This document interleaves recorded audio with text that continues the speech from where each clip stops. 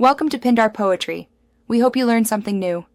You start by confirming you have an administrator account and a working backup. Once done, open System Preferences and unlock users and groups with that admin password. Make sure you are on the account you want to change.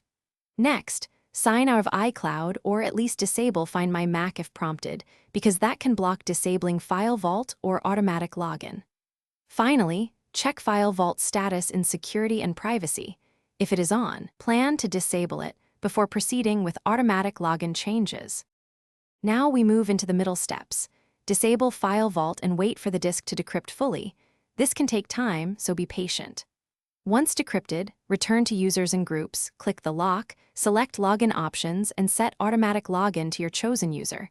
Enter the account password to confirm.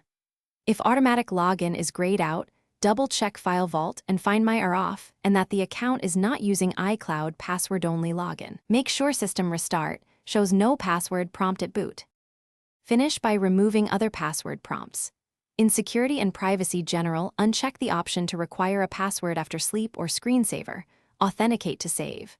Restart the Mac and test. Put it to sleep and wake it to confirm no password is requested and that automatic login works at boot.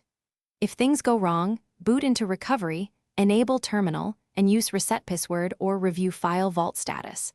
Make sure iCloud/Find My remains signed out. That single troubleshooting step usually resolves blocked automatic login. Thanks for watching. Consider subscribing if we helped you.